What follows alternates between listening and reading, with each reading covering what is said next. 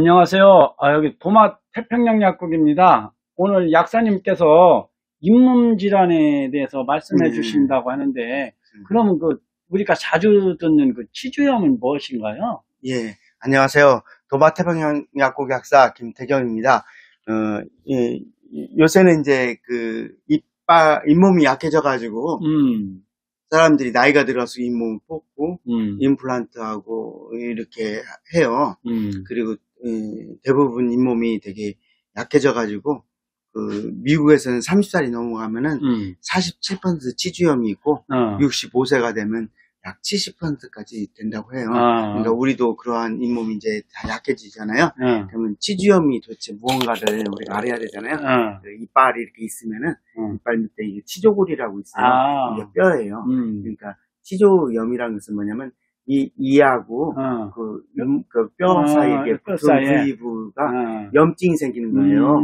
염증이 생기면은 골 소실이 일어나게 돼요. 그러니까 골다공증이죠. 그러니까 골다공증이 일어나면 어떻게 되죠? 잇몸이 이렇게 무너지죠.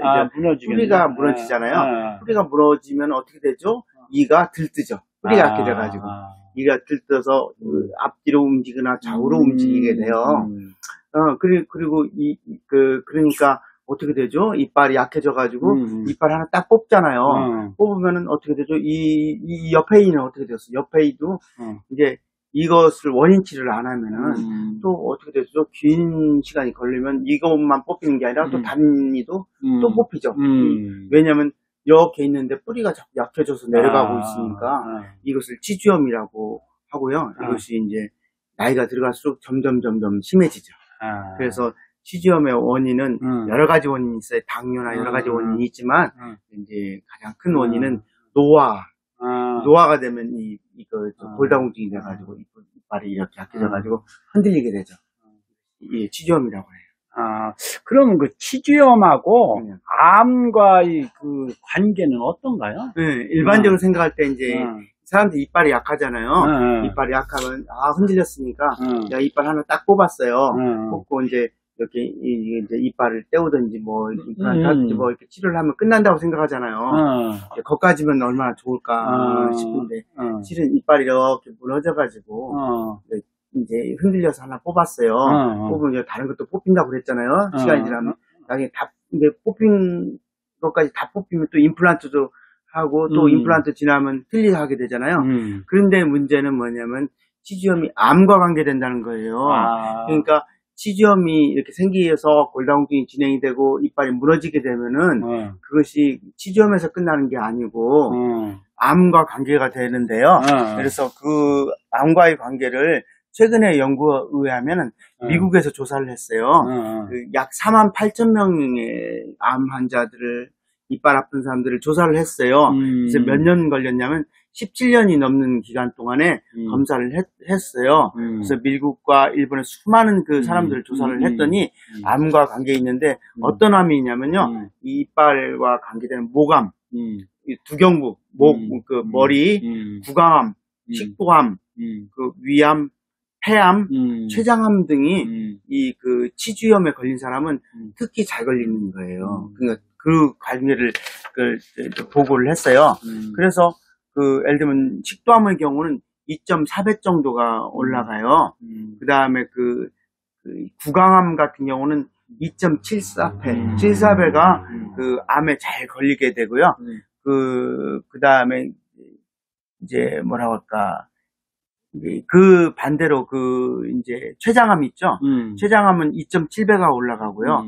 근데 이제 그거에 대조적으로 잇몸에서 약한 저 멀리 떨어져 있는 대장암이나 전립선암 이것은 좀 멀리 있잖아요.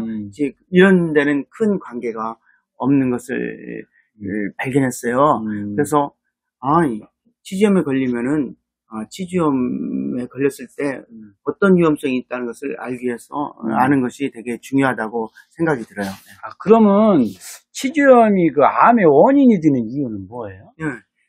치주염이 잘 걸린 사람 노화라고 그랬잖아요. 노인이 되면은 이제 칼슘 흡수가 안 돼서 골다공증이 온몸에 진행이 되는 거예요. 그런데 이제 특히 이빨도 이제 이가 있고, 밑에 치조골이 있는데, 치조골도 골다공증이 진행이 될 수밖에 없잖아요. 그러니까 골다공증이 진행이 되니까 이게 내려앉아 치조골 소실이 되죠.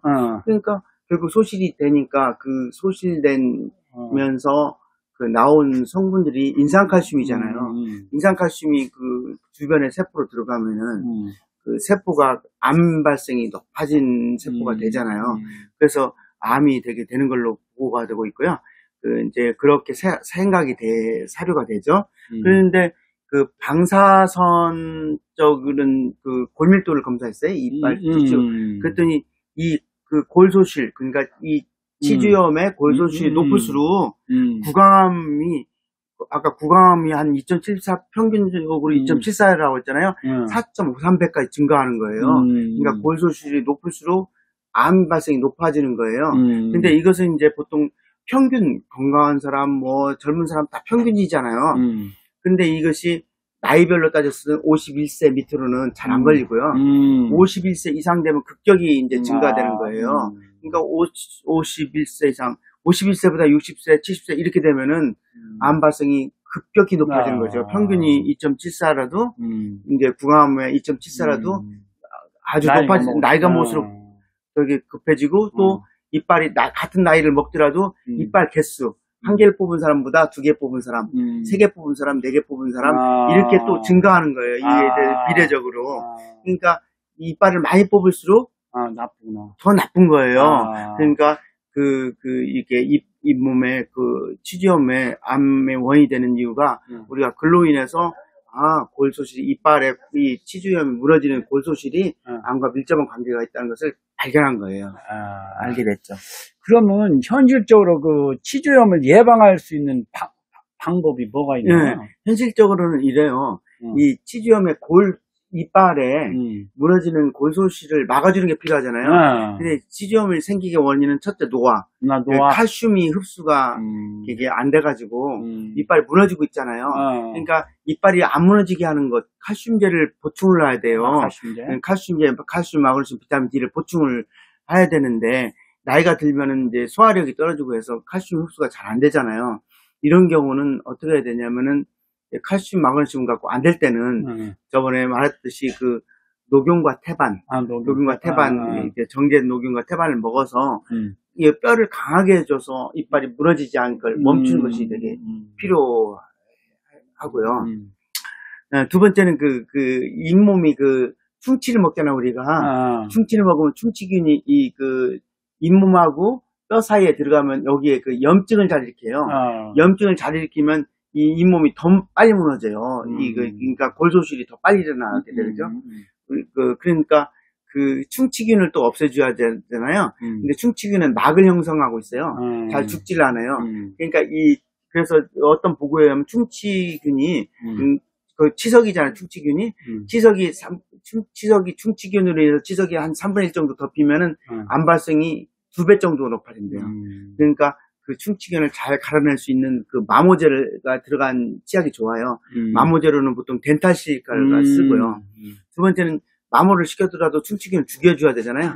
충치균을 죽여주는 불소가 들어가는데 두 가지가 들어간 치약을 쓰면은 되게 외적으로는 염증 유발을 없애고 또 내적으로는 아까 뭐랬죠? 칼슘, 마그네슘이나 녹용이나 태반 써서 내적으로 무너지는 걸 막아주고 이러면 될 것 같고요. 이렇게 보통 치약을 제가 찾아봤더니 덴탈실리카가 들어간 치약이 별로 없어요. 별로 없고 또 덴탈실리카 들어가더라도 불소가 들어간 치약이 별로 없어요. 그래서 여러분한테 제가 덴탈실리카 불소를 두 가지가 들어간 치약을 찾아봤어요. 약국에서 파는 것 중에서는 이런 치약이 덴탈실리카하고 불소가 같이 들어가 있어요. 참조하시라고 제가 이렇게 한 것이고요.